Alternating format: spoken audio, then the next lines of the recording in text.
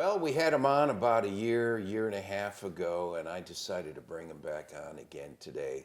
Welcome my guest today again, Dr. William Lile, obstetrician and gynecologist. Doctor, Pleasure to see you again, I'm Gene. telling you, this story gets more interesting as time goes on. It was only a year and a half ago we were chatting about the effect of the abortion pill that was coming out, the Dobbs and Roe decisions that have since occurred, and your initiative with your company, your not-for-profit entity called ProLifeDoc.org. ProLifeDoc.org, folks. Got to check it out. Dr. William Lile's been hundreds of places around this nation on a whirlwind tour visiting not-for-profit organizations, religious organizations, other medical facilities, all in the hopes that people understand the importance of life in detail right after this. Some people watch opportunities pass by. Others create them. This is for the entrepreneurs, the deal makers, the risk takers, and the relentless few who refuse to settle for average. Corporate Menace Coffee Co. is built for early mornings, late nights, and the moments that define careers. Specialty coffee, roasted to order for you, the person with goals too big for excuses. Work harder, think bigger. Corporate Menace Coffee Co. What are you waiting for? Fuel up now. www.corporatemenace.com.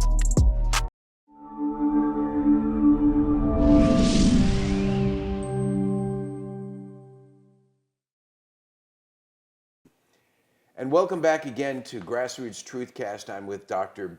Bill Lile. I never asked you, William or Bill? What do you Go prefer? with Bill. We're okay with Bill? I'm fine. Dr. Lile, obstetrics and gynecologist. But today he's Bill with you and I. But go to ProLifeDoc.org, and that's where you'll address Dr. Lile on anything you can talk to him about. Your background, your experiences. You want to donate? Please donate to ProLifeDoc.org. Doctor, thank you for being with us, really. It's an honor to be with you, Gene. You know, we met when I was running for office a year and a half ago for U.S. Congress, and they say, politics, what's the benefit of politics? Let me tell you something. I met some great guys, and you're one of them. Well, thank you. And this was an experience for me where I had the chance to spread my wings a little and come to understand something much better than I did before. Folks, it happened right here in Pensacola. How about a guy who ends up buying an abortion clinic here in town for the sole purpose of shutting down the abortion clinic because his commitment towards life and the anti-abortion movement has grown geometrically because of you since then. Take it from there. What's happened since our last interview? Well, since the last interview, of course, our ministry has expanded. We went into full-time ministry. I was in practice for 26 years, delivered over 5,000 babies, an instructor with the University of Florida and Florida State. But we were being called into full-time ministry, defending my patients in the womb. I mean, every patient has rights. All 50 states have laws that protect the rights of patients. So when we go on our college tour, we'll ask the students, do patients have rights? And they agree, yes.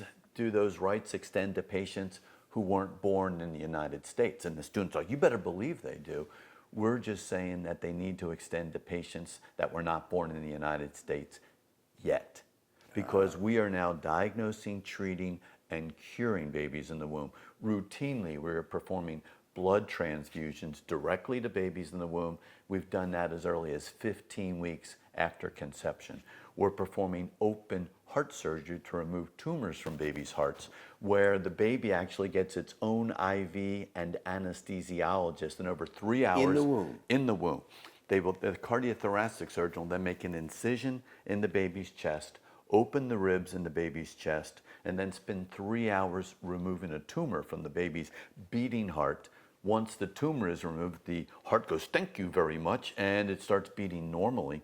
We then closed the chest, removed the IV, tucked the hands back in, and the baby wasn't delivered for 10 weeks later. We're even using Botox on babies in the womb. And this isn't a Kardashian thing where like only the vain Kardashians would want to get Botox before they're even born.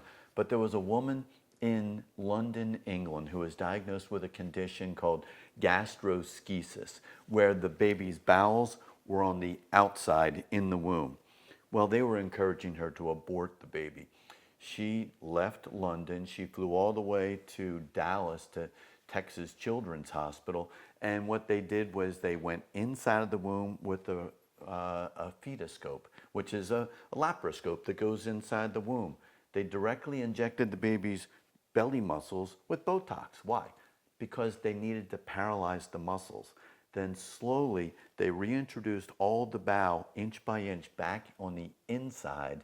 And since the baby didn't need to use its lungs, if you do this after a baby is already delivered, babies stay in the NICU, the intensive care nursery, for 4 to 6 months while they slowly put it in, because they can't put in too much because then the baby can't breathe. But they reintroduced it slowly to the relaxed abdomen. The baby stayed in the womb until term, was delivered on its due date, had 0 complications during the surgery, 0 complications afterwards, went home on day 2, went back to London. But we're not just giving Botox and doing bowel surgery, we're doing brain surgery, spina bifida corrective surgery, laser vascular surgery for twins, where you have 2 twins that are sharing 1 placenta. Remember the movie Twins with Schwarzenegger and DeVito? It made no sense at all. It was something called twin-twin transfusion, where one baby is taking the majority of the nutrition and the other baby's kind of getting the leftovers. So we send our patients to Texas Children's Hospital in Houston. They'll go inside the womb with a scope and a laser. They'll take the laser and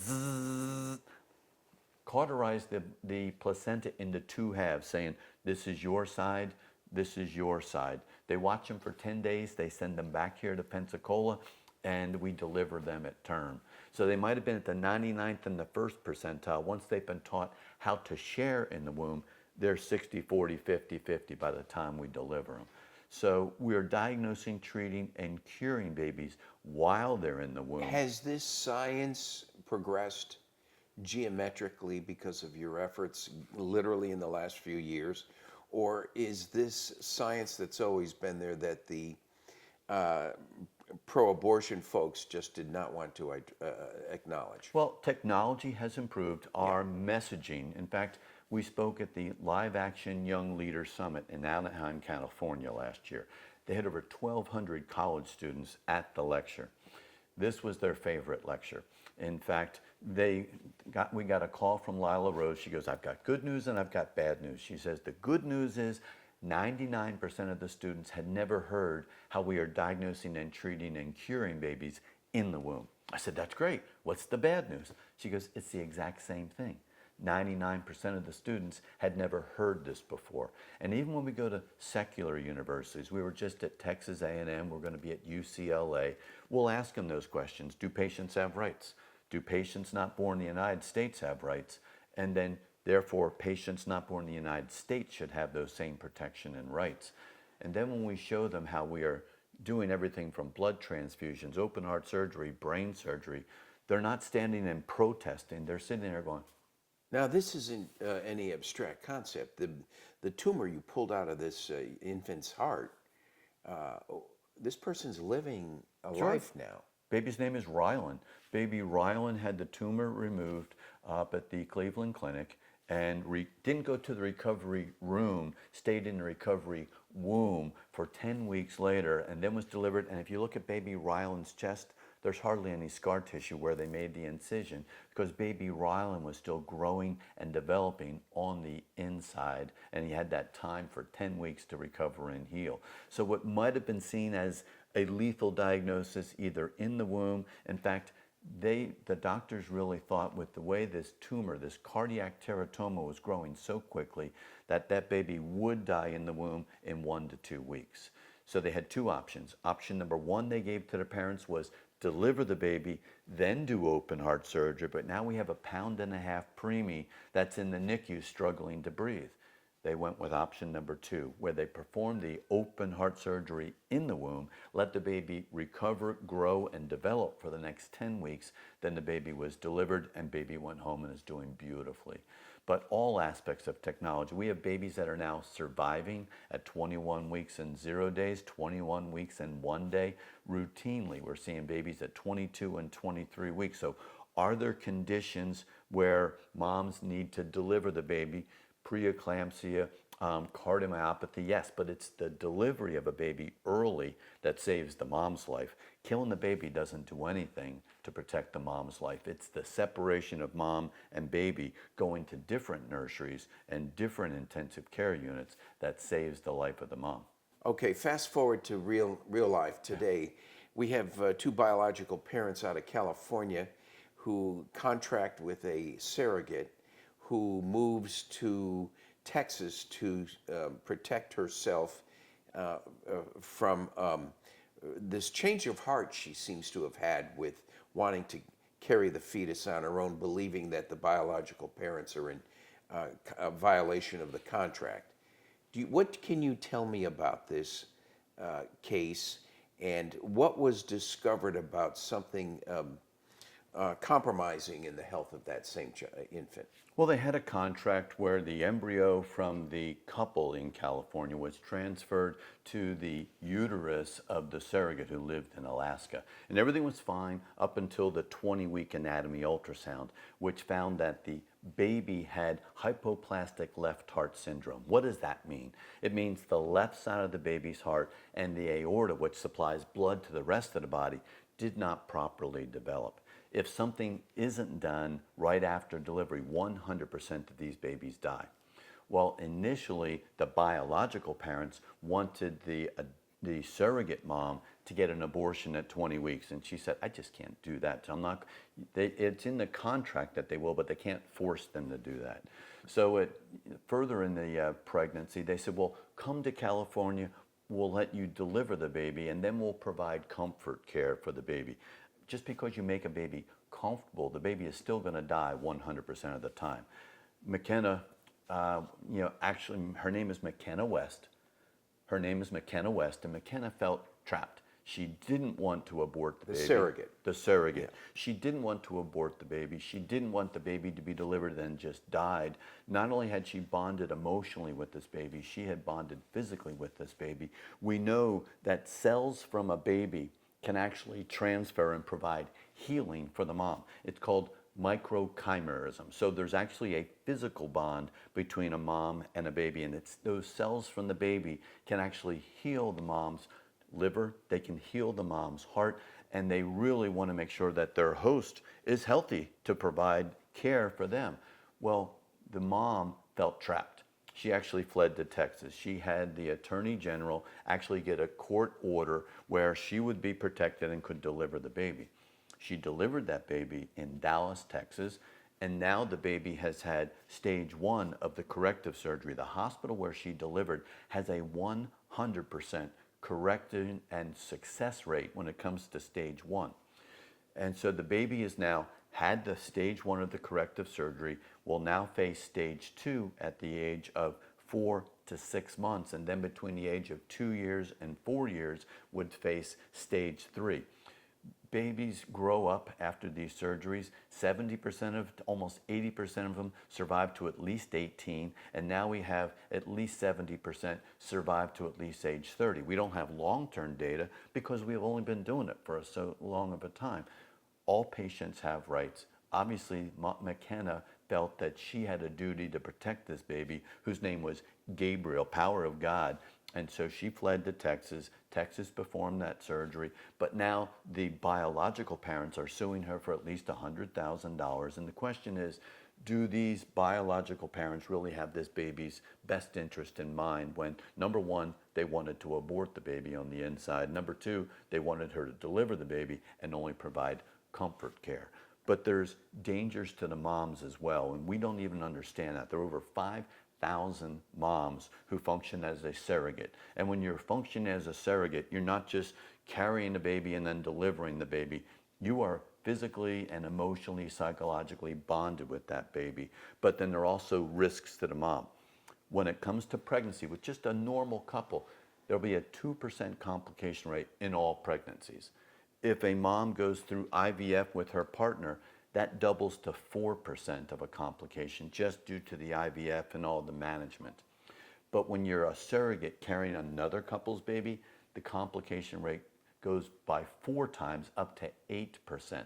So even if you are a mom and you've already had 2 successful pregnancies, you are directly putting your life and your health in jeopardy by functioning as a surrogate. Now, surrogates, the temptation is they can be paid $70,000 to $110,000 for carrying a baby to term. All sorts of rewards, but also as part of the contract, if the baby is not perfectly normal, you agree ahead of time to having an abortion. And then also, if you transfer one embryo at 3 to 5 days, babies can twin up to day 13. So you can transfer one embryo, and then you look on the ultrasound 4 weeks later, and there's 2 babies. Part of the contract with twins, triplets, or even higher multiples is that you ahead of time have agreed to abort the one baby that's too many that you didn't want. It's called selective reduction, where they will actually guide a needle with an ultrasound through the skin of the mom, pick out baby A or baby B. It's like, Sophie's choice, pick a baby. They'll guide that needle right into the heart of the baby, which is beating perfectly normal, and then they will inject that baby with either potassium chloride, which is what's used for lethal injection, or digoxin to kill that baby. That's part of the contract. So it's dangerous for the moms, but a lot of moms have no idea that if it happens to be twins, they've already pre-agreed to aborting at least one, but that their health and life is in jeopardy. What happens in a case like this? We move away from the science and we get into the moral, ethical, legal issues involved here. I'm concerned that the surrogate mom has provided genetic input into the fetus during its gestation that now causes her to feel like she's the mother. And what's happening here is there's a conflict between her medical belief that she is now in part and parcel of the motherhood of this child with the fact that she is not the biological mother of this child. Correct. And my concern is, where is the law going to fall on such an abstract issue medically from your point of view? Well, our science and our technology is way ahead of our medical ethics. We are branching out into science without any restrictions, yet our medical ethics, is this right, is this wrong? We really have not nailed that down first. So yes, we know there is an emotional bond between a mom and her baby. She feels that baby moving around 24 hours a day, 7 days a week. She knows the personality of this baby and whether it's going to be active and slow and even asleep. But there's also a medical bond with microchimeras, and we talked about how the baby cells can end up in the mom, while the mom cells can end up in the baby. They are biologically bonded together. So it's not just psychological or emotional, there is a physical bond between the two. But the genetics from both the biological mom and the biological dad are foreign from the mother. That's why the mother has an increased risk of hypertensive crisis like high blood pressure. That's why there's an increased risk of a hypertensive crisis like preeclampsia, toxemia, severe preeclampsia, even eclampsia, where there can actually be a difference and an increase for the mom as far as placental damage, where the moms have an increased risk of bleeding, increased risk of something called accreta. It's not that she's just carrying the baby, there are increased risk to the mom's life and health, and we need to address that. The moms are not given proper informed consent. They just sign a bunch of pages and a check is handed over. They need to know, you might die during this pregnancy and you have an increased risk, and that would leave you with children who don't have a mother. So they need to establish what is going to be their future. ProLifeDoc.org. I'm here with Dr. Bill Lile. Doctor, you've been on a whirlwind tour here since I saw you last about a year ago, and I've invited you back on because so much has changed in just 12, 14 months that we've been chatting. what in your world with prolifedoc.org is going on? Go to your website, folks. Check it out. Go to the website. You'll see he's back. You're going off next week somewhere to what? Texas? We leave in 2 days. 2 days. Okay. Well, the schedule is not light. I know you've been all over the nation talking this up. And what have you found to be consistent among all the regions of the country, amidst all the politics and rancor and everything else going on in this nation right now? What have you found consistent with your pro-life movement? God is the creator and the author of all science. So all true science, not Fauci science, all true science will always defend God's preborn in the womb. When we go to not only Christian colleges, but secular colleges and universities, and we show them how developed the baby is early on, how we can use technology, and we can see the baby's heart beating 22 days after conception. When we go to most college campuses, I really think that the students have been ingrained in their brains that you can't even see and identify anything in the womb until at least 20 weeks gestation. They're advocates and supporters of patients' rights, but they have not been taught that we are diagnosing, treating, and curing those babies while they're still on the inside of the womb.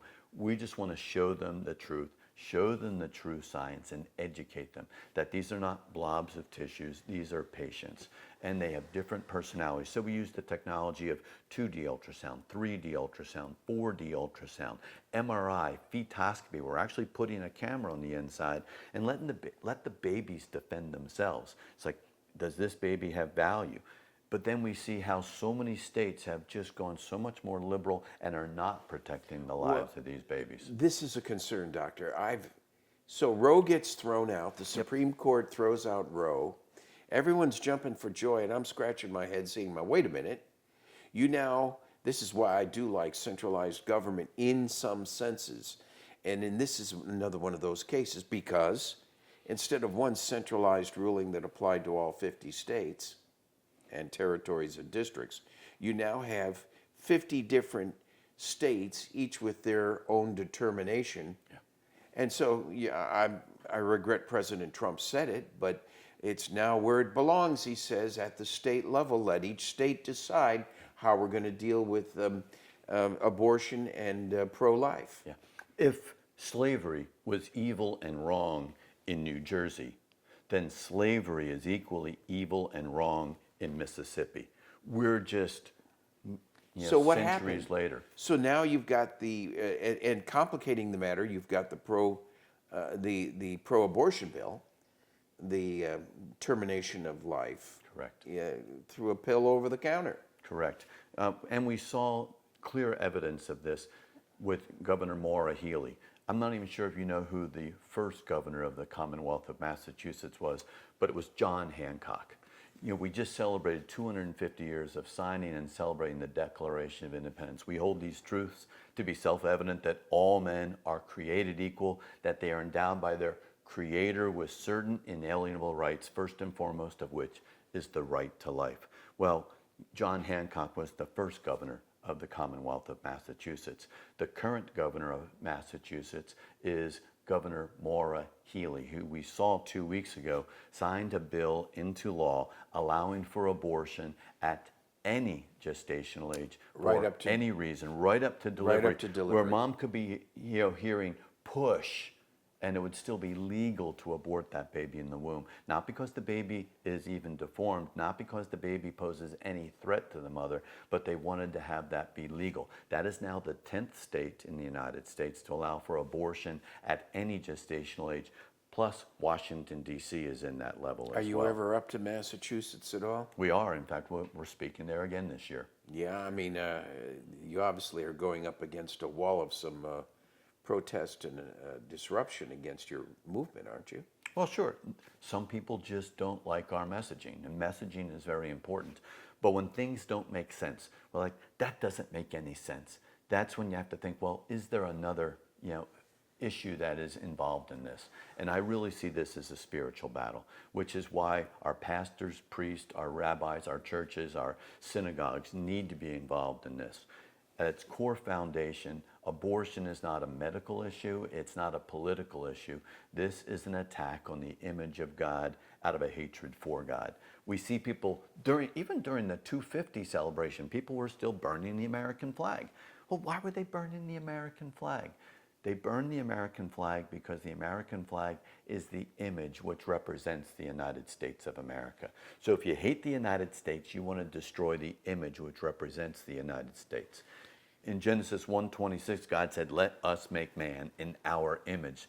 And that's not on your birthday. That's at that moment of conception. So abortion, whether it's with a pill or surgical, is an attack on that image of God out of a hatred for God. So that's why we're going to be speaking at a pastor's conference. It's called Armor Up this Saturday. We're going to have a couple hundred pastors that will be meeting in Lake Mary over out of Orlando. We want to provide them tools and information on how to engage in this spiritual battle with their congregants, and really, also not only to defend the life of the baby in the womb, but we have so many tens of millions of men and women who've personally been involved with abortion.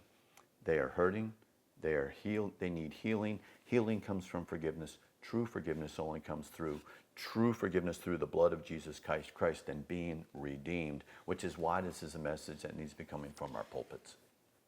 It's a message coming from your pulpits, but the message I worry about for you is the message coming from your fellow professional medical colleagues who must go absolutely bonkers listening to you go this far to the right. I'll call it the right. And it's not just me. We have an organization. I mean, yes, I'm a board certified OBGYN. I've delivered over 5,000 babies.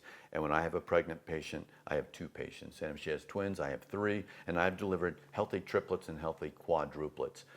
But it's not just me. We have an association called the American Association of Pro-Life Obstetricians and Gynecologists, board certified OBGYNs who have the gravitas and the licensing that they say, no, abortion is not health care. Abortion is not a standard of care. Abortion is killing a baby inside of the womb. So it's not just me. We have 8,000 members of APLOG. There's 60,000 board certified OBGYNs in the country. And to a lot of them, the standard of care is baby has no value. You can kill that baby in the womb. We're here to stand up and say, no, that baby has value. That baby is human. All humans have human rights, so we need to defend all these babies who have human rights. But it bothers many Americans, not just me, that there be a conflict within the medical community, not to mention the political side publicly, with where life begins. Well, we know that life begins, and even the biologists with more than 99%, but it's a matter of, well, does that life have value? And it's not just, there inside of the womb. Look at Canada now. The 4th leading cause of death in Canada is now medical assistance in dying. So when we have a culture that has been raised where we don't respect human life in the womb, clearly and scientifically that is human life in the womb, and then we have decades that go past. Now they say, well, you know what? We can end life at the end of life. Canada is now debating on whether medical assistance in dying will be available not only for mental health. You have a lot of depression, anxiety, but also mental health for minors, where you can have a 17-year-old who is having depression, anxiety, and she's suicidal. Well, you don't fix suicidal tendencies by allowing somebody medical assistance in dying. You treat them. So we need to treat all patients, as humans, provide human rights, and that's what healthcare is supposed to do.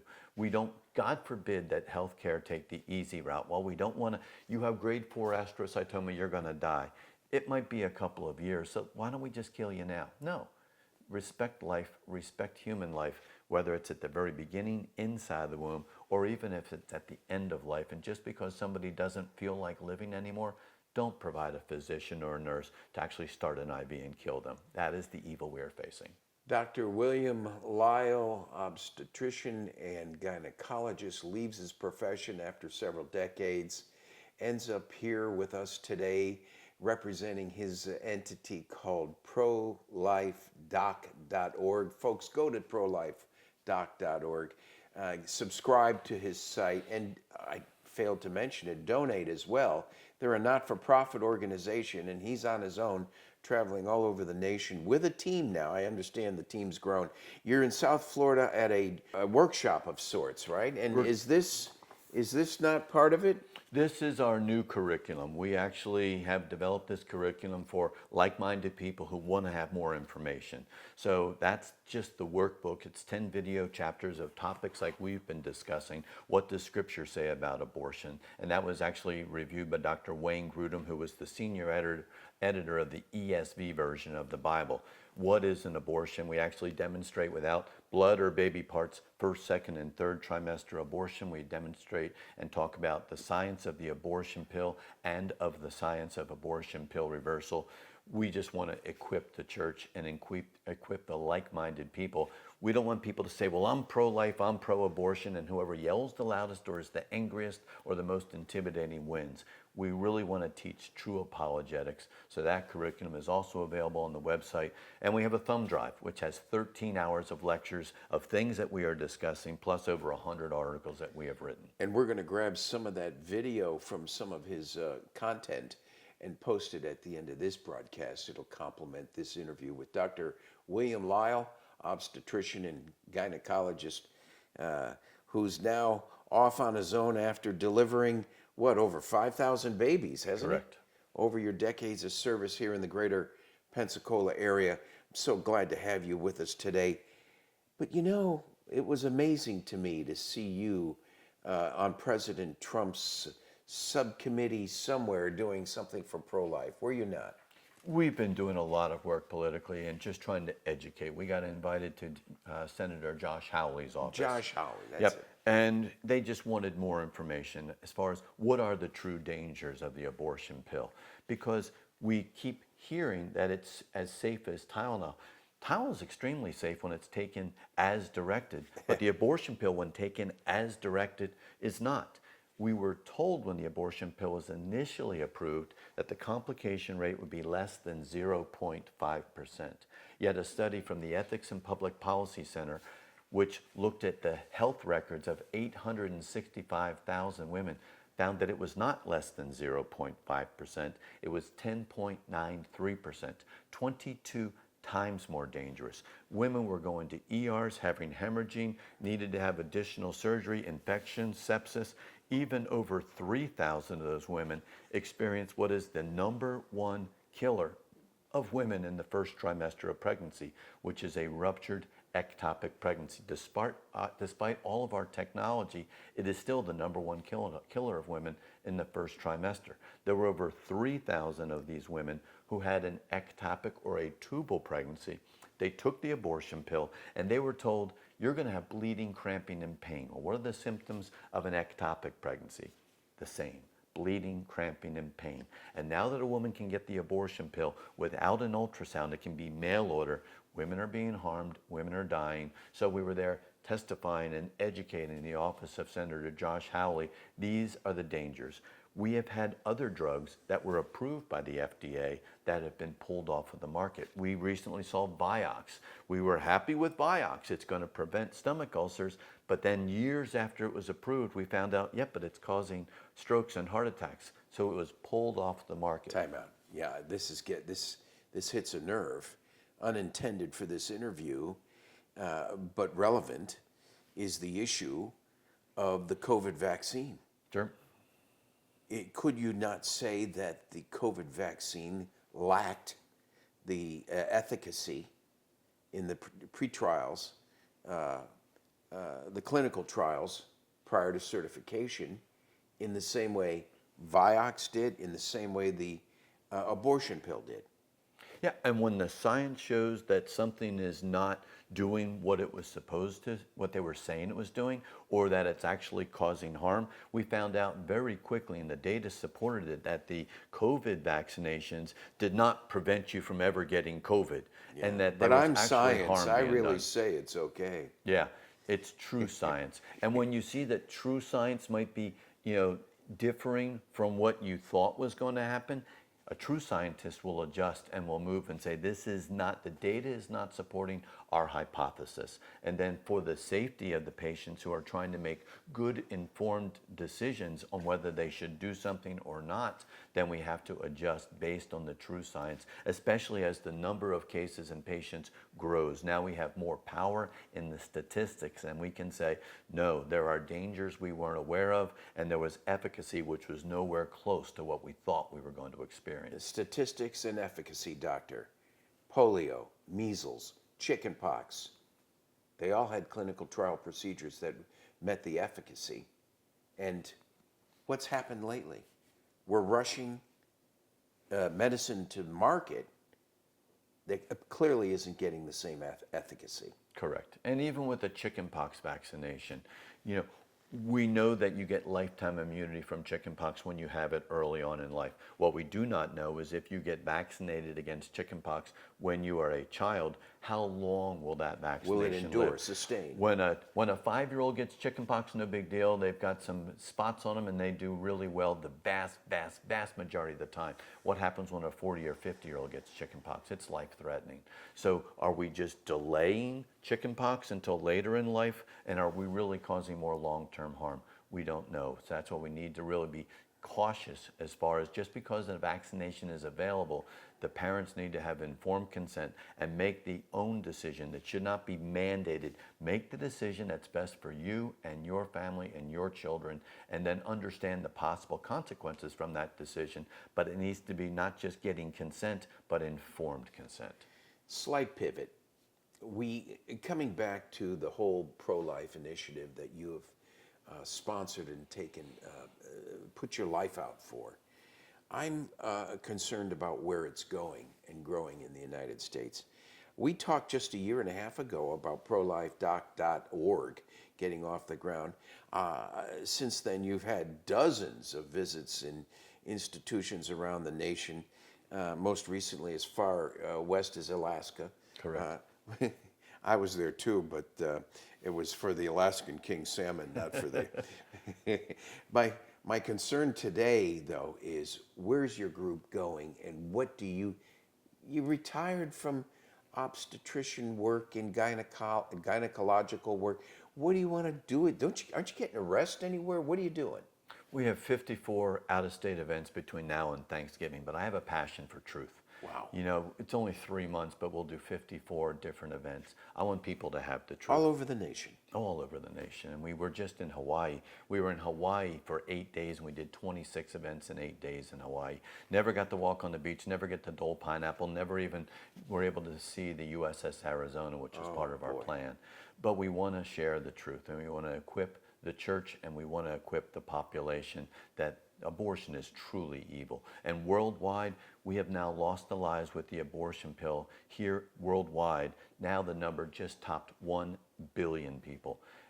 We have a population on the planet of 8 billion, but now with the technology created by Etienne Emile Ballou, who recently passed away at the age of 98, that technology of the abortion pill, which will kill a baby in the womb with a beating heart 98% of the time, is now responsible for 1 billion lives. And when we look in, say, worldwide, but it's also responsible for probably at least 70% of the abortions here in the United States. European countries, it can be between 80 and 90%. 70% since the Roe decision? Correct. With the Dobbs decision. Since the Dobbs decision. Correct. Well, that's catastrophic. Oh, absolutely. And we talk about how we are not replacing our population, and we need more Americans to help make the needs and to support this nation, yet we're killing probably 1.2 million each year in the United States. 1.2 million. Okay, now let me pivot again, because to another portion of our audience that is less medical and science oriented and more political and deep state oriented. What do you think in your visits, in your conversations, in your interviews, what do you think the propensity of concern should be over a deep state narrative, China, through the George Soroses of the world funding a hidden conspiracy, an intention to disrupt or dismantle the underlying population of this nation, whether it's an abortion pill or screwing with the poor girl's thinking in the first place, to go down this path and not allow what I'd call the younger generation, the Gen Zs of the world, to be fruitful and multiply because of this deep state conspiracy. What have you sensed is that influence over which is causing people to take the abortion pill or other things in the first place? Well, they're being lied to. And as far as the conspiracy theory, I'm not an expert on that, but I know that people are being lied to, even with the abortion pill. Lied to how?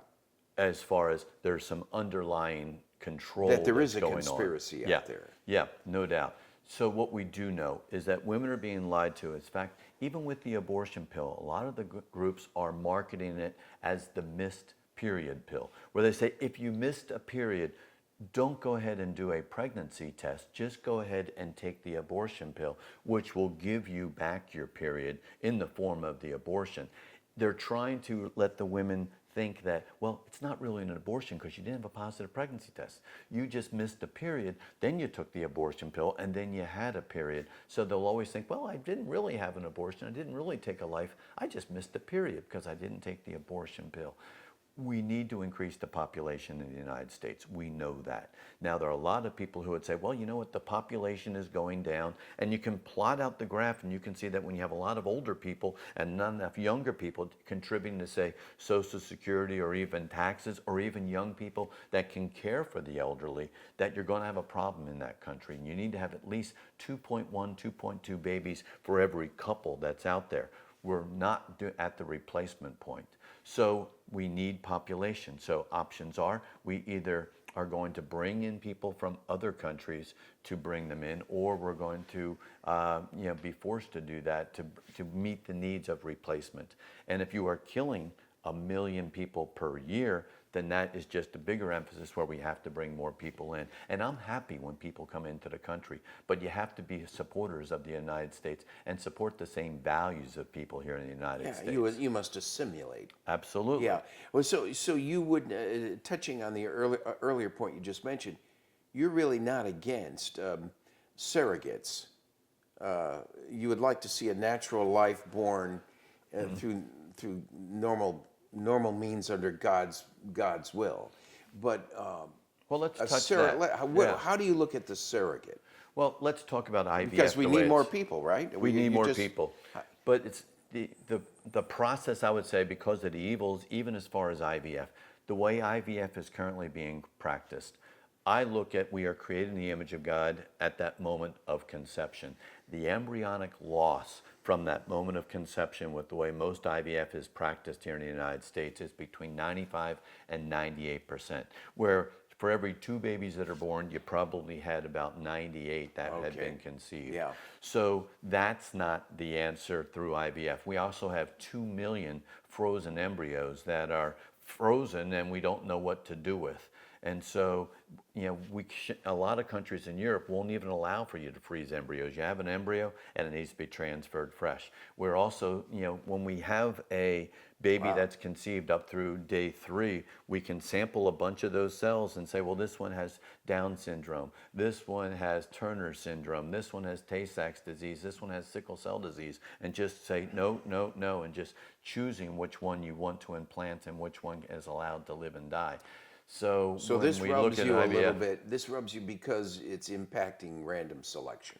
It's eugenics. I mean, you can literally choose. You can even do testing on a baby 3 days after conception with IVF, and you can see, is this a boy or is this a girl? And you can say, well, I don't want to have a girl. Get rid of the girl. It's female.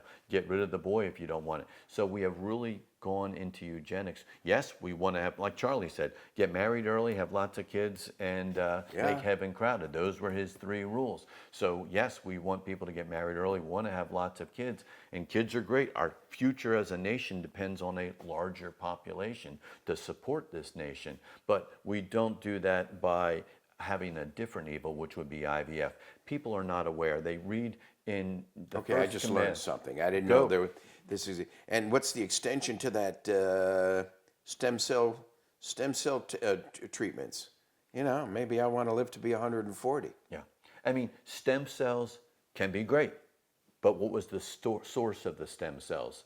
I mean, we can harvest some stem cells from adult fat cells, and if you look around the United States, we're the Saudi Arabia of adult fat cells. We can get stem cells from adult fat cells, so we don't need to be having fetal stem cells. And a stem cell is what's called a totipotential cell, where early on in pregnancy, the cells can become anything. I mean, it's an absolute miracle that you can have one cell from the mom, one cell from the dad come together, and then they double their genetic material. Then they double that material. We go 2, 4, 8, 16, 32, 64, and they're all identical.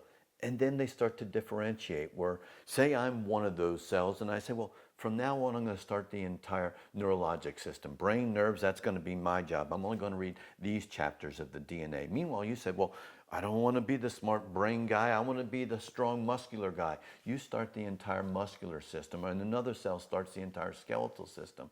How do they know what they're supposed to do tomorrow? We can see what happens different from day 17 to day 18. How do these individual cells know what they're supposed to do tomorrow? Okay, so I'm glad I poked at this because you have pivoted yourself to something more than that. Pro-life is through prolife.org, your organization might have a expanded purpose in the future.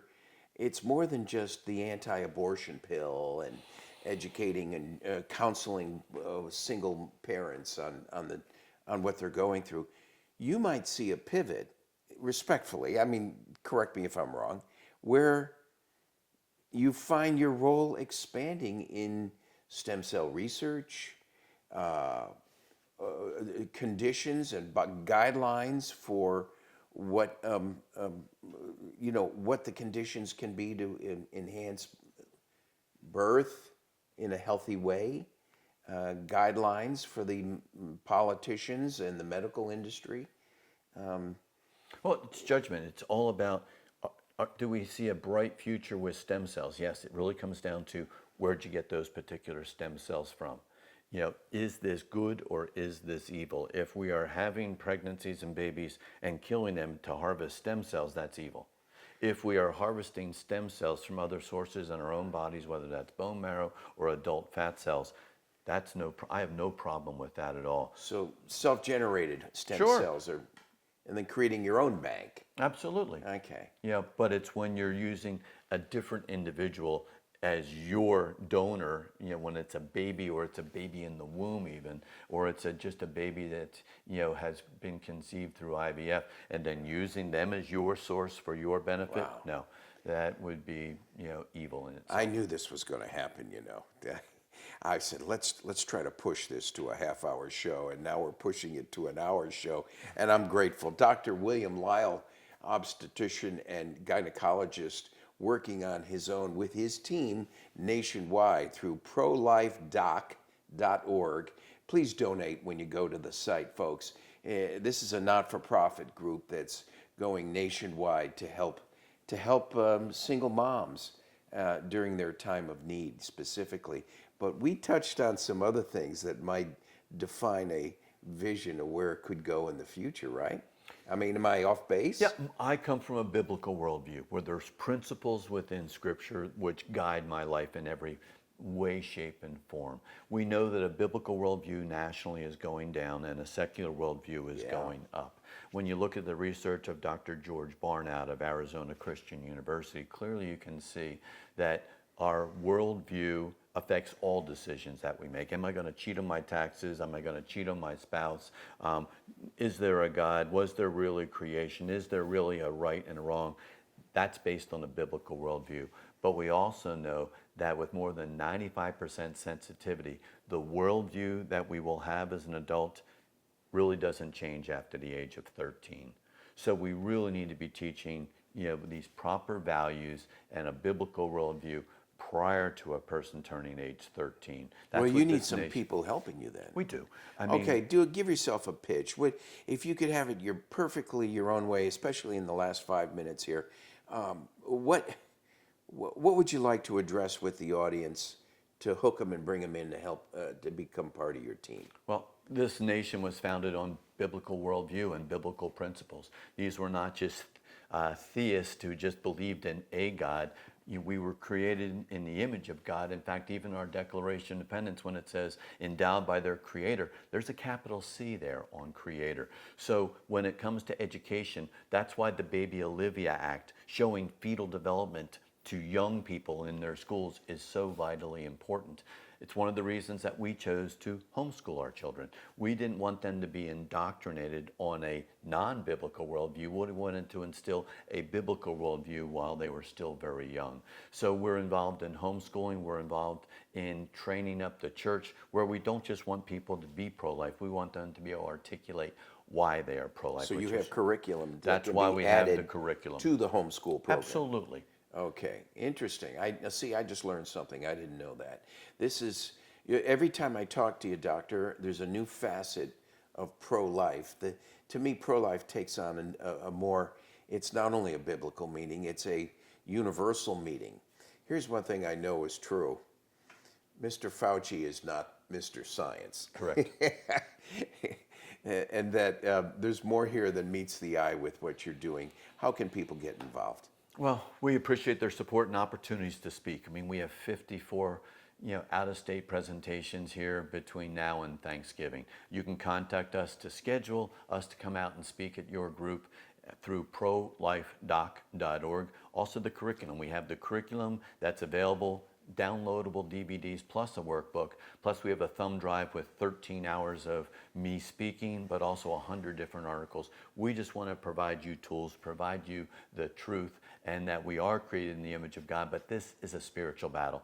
And yes, it's great having pro-life obstetricians, it's great having pro-life politicians, but for a spiritual battle, this battle needs to be led not by docs and by politicians, but by our pastors, priests, and rabbis. And they're not getting the training that they need in seminary. Only about 1% to 2% of the pastors that we speak with have even had one lecture on not only how to discuss abortion from the pulpit, but also to link that to the forgiveness that's available through the gospel, because tens of millions of men and women are hurting. We'll be speaking at the American Association of Christian Counselors. And yes, this can go back decades, and we're going to be teaching them how to bring up the subject of past abortion, because they're having depression, anxiety, and even suicide ideation. In fact, a recent Swedish study showed that up to 6 times the risk of suicide with a woman having one abortion. There were so many hormone changes that were going on in her body. Estrogen levels, progesterone levels, oxytocin levels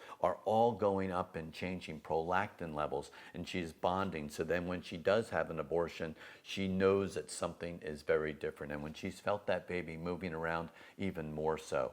But is it wrong? Absolutely, it's wrong. It's an attack on the image of God. But there is healing, which is available through true forgiveness, which is only available through the gospel and the blood of Jesus Christ.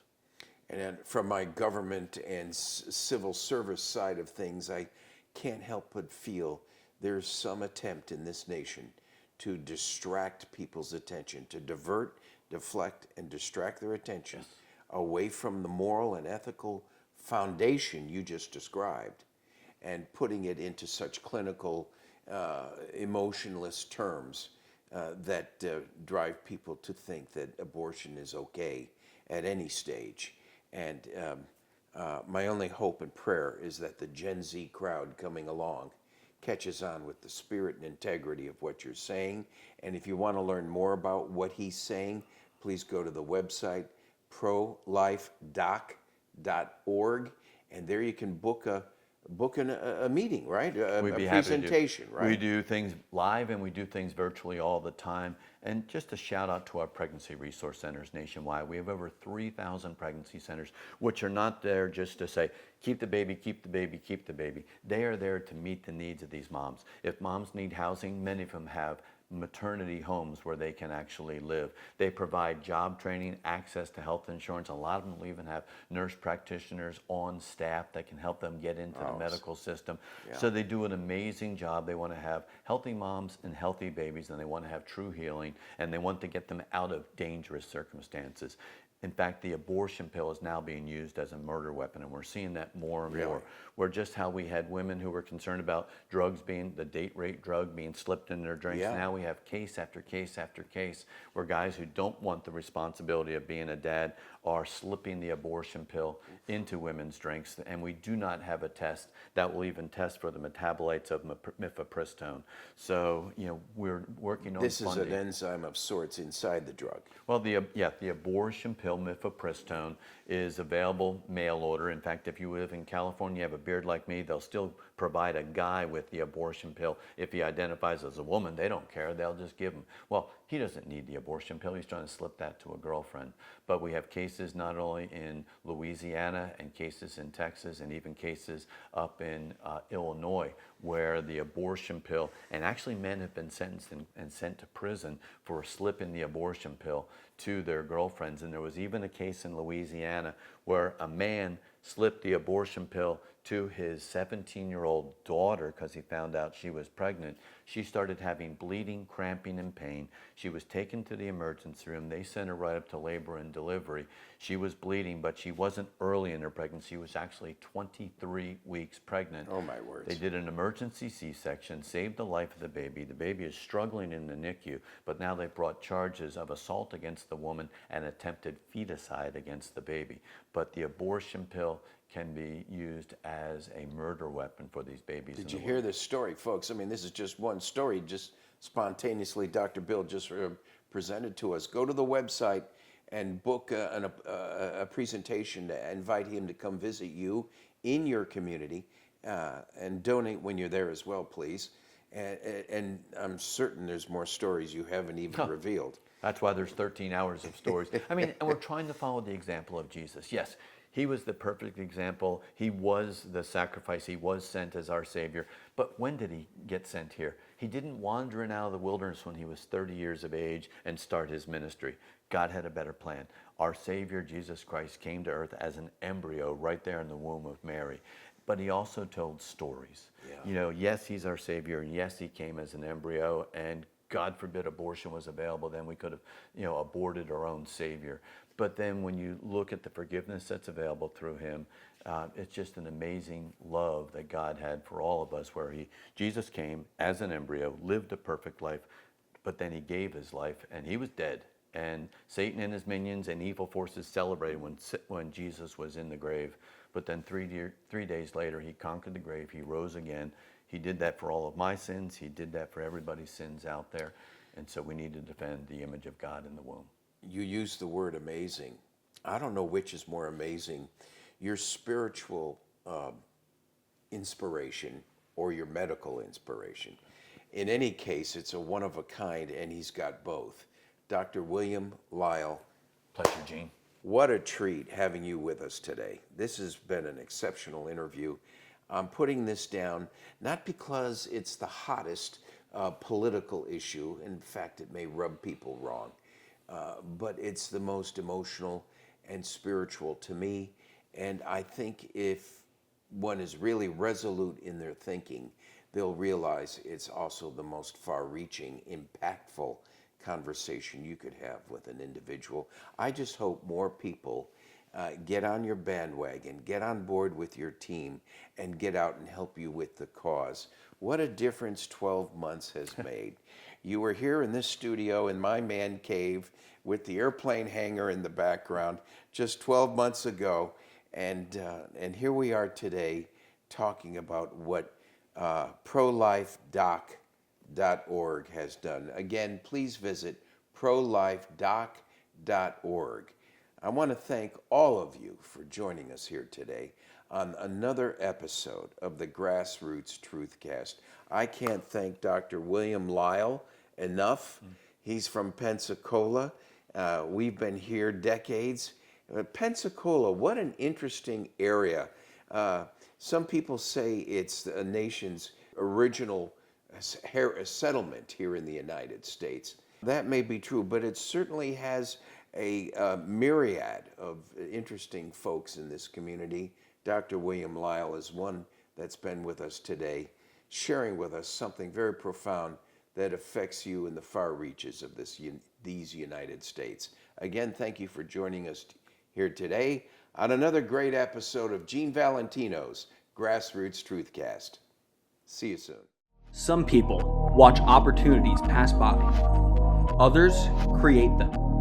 This is for the entrepreneurs, the deal makers, the risk takers, and the relentless few who refuse to settle for average. Corporate Menace Coffee Co. is built for early mornings, late nights, and the moments that define careers.